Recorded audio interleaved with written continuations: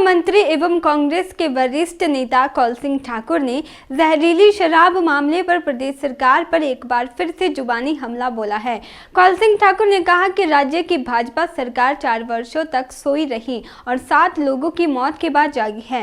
मंडी में आयोजित पत्रकार वार्ता को संबोधित करते हुए कौल सिंह ठाकुर ने कहा कि हमीरपुर के जिस कांग्रेसी नेता को लेकर भाजपा आरोप लगा रही है उसके फोटो भाजपा नेताओं के साथ भी है।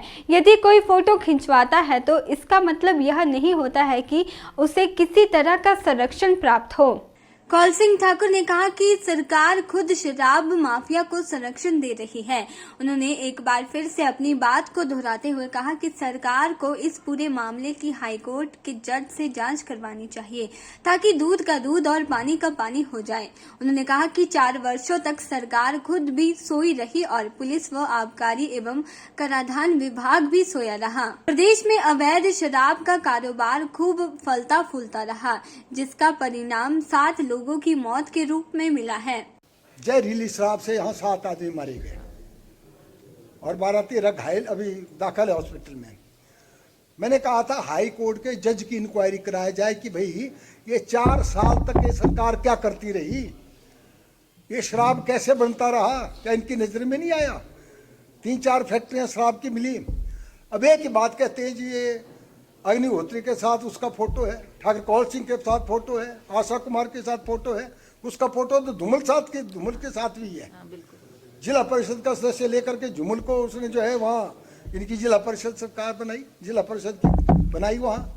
तो इसलिए ये फोटो की बात है। हम ये कहते हैं चाहे कोई भी हो सख्ती के साथ निपटे जाए। क्या सरकार सोई हुई थी? ये फैक्ट्री जगह जगह, पालमपुर में फैक्ट्री, हमीरपुर में फैक्ट्री, नारागढ़ में फैक्ट्री, कहाँ से स्पिरिट आता था, कहाँ से ये जहरीली शराब बनती थी, कहाँ कहाँ जाती थी। अब इनको होश आई जब 7 आदमी मरे। पहले कहाँ था इनका? पुलिस डिपार्टमेंट कहाँ था? एक्साइज एंड टैक्सेशन डिपार्टमेंट क्या कर रहा था? यह प्रश्न हम उनसे पूछना चाहते हैं। तो इसलिए ये सिर्फ पदर डालने के लिए कांग्रेसी थे जी। कांग्रेस की पेट्रोल नहीं की, हमने कोई पेट्रोल नहीं दी है किसी को। हमारे साथ फोटो जनरल सेक्रेटरी था जिले का। मैं एक शहीद को मिलने गया, एक हमीरपुर का शहीद मरा, मैं उसको मिलने गया। वहाँ वो लोग थे कांग्रेस के लोग, ढाक साहब, वो भी उन्होंने फोटो खिंचवाए। फोटो तो कोई भी खिंचा सकता है। तो इसलिए अब ये करना कि ये इनके साथ है, अग्निहोत्री के साथ है, आशा के साथ है, ठाकुर कौल सिंह के साथ फोटो है, और सिर्फ विक्रमादित्य तेज ने ठीक फोटो बताया कि ये देखो धूमल के साथ भी उसका फोटो है, ध्यान बांटने के लिए। तो इसलिए लोगों का ध्यान बांटने के लिए ये सारा काम किया जा रहा है। हम कहते हैं इसमें सख्ती होनी चाहिए, चाहे राजनीति है ऊपर उठ करके ये सख्ती के साथ होना चाहिए। ये तो मतलब बड़ा घिनौनी हरकत है जिसको सरकार रोकने में नाकाम रही है 4 साल। ये हमारा आरोप है। कौल सिंह ठाकुर ने सीएम जयराम ठाकुर पर तंज कसते हुए कहा कि एयरपोर्ट वाले उनके ड्रीम प्रोजेक्ट का क्या हुआ। उन्होंने कहा कि बल की उपजाऊ भूमि को छोड़कर सरकार को द्रंग विधानसभा क्षेत्र के घोगरधार में खाली पड़ी जमीन पर इसका निर्माण करवाना चाहिए, जिससे कुल्लू मनाली सहित कांगड़ा और अन्य जिलों को भी इसका लाभ मिलेगा। उन्होंने कहा कि जयराम ठाकुर 4 वर्षों के कार्यकाल में प्रदेश में मौजूद 3 हवाई अड्डों का भी कोई विस्तार नहीं करवा पाए, जिनका निर्माण पूर्व में रही कांग्रेस सरकारों के समय में हुआ है। जहां एयरपोर्ट को एक्सपेंशन की बात है भुंतर, उसमें 1-2 सर्वे हुए। एक तो कि भाई उस पे व्यासा पे ब्रिज बना दिया जाए और इसको जो है 8 किलोमीटर और बढ़ा दिया जाए, लेकिन इस दिशा में भी कोई कदम नहीं उठाया। सेंट्रल गवर्नमेंट से बार बार मांग करते रहे कि आप इस एक्सपेंशन के लिए पैसा दो, ताकि जैसा रानी साहबा ने कहा कि बड़ा जहाज 200 सीटर जहाज जो है उसमें बैठ सके, बोइंग बैठ सके, ताकि किराया जो है 600-700 रुपये में किराया में मतलब जो है भाड़ा देके लोग पहुंच सकते हैं। इस मामले में कोई नहीं।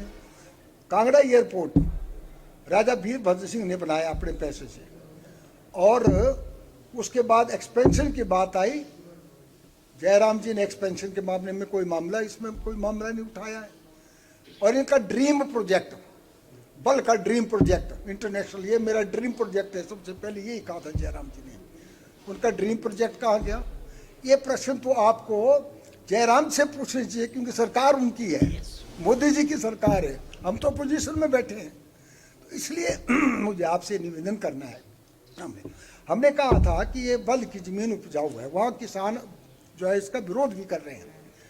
सबसे उपजाऊ जमीन है। यहाँ घोघरा धार में 2-3 किलोमीटर का ऐसा स्ट्रेच है, अगर उसको मतलब आप करेंगे, राजा साहब को भी दिखाया हमने, रानी साहब MP थे, मैंने उनको भी दिखाया था, तो अगर उस तरफ अगर जाते तो उसमें कोई प्रॉब्लम नहीं थी और आसानी से धर्मशाला भी जा सकते थे, उधर से भाई अब कुल्लू बाया कटौड़ा जा सकते थे, मंडी और चंडीगढ़ जा सकते। तो इसलिए इस दिशा में जयराम सरकार ने कोई कदम नहीं उठाया है। के चैनल के लिए मंडी से शिवानी की रिपोर्ट।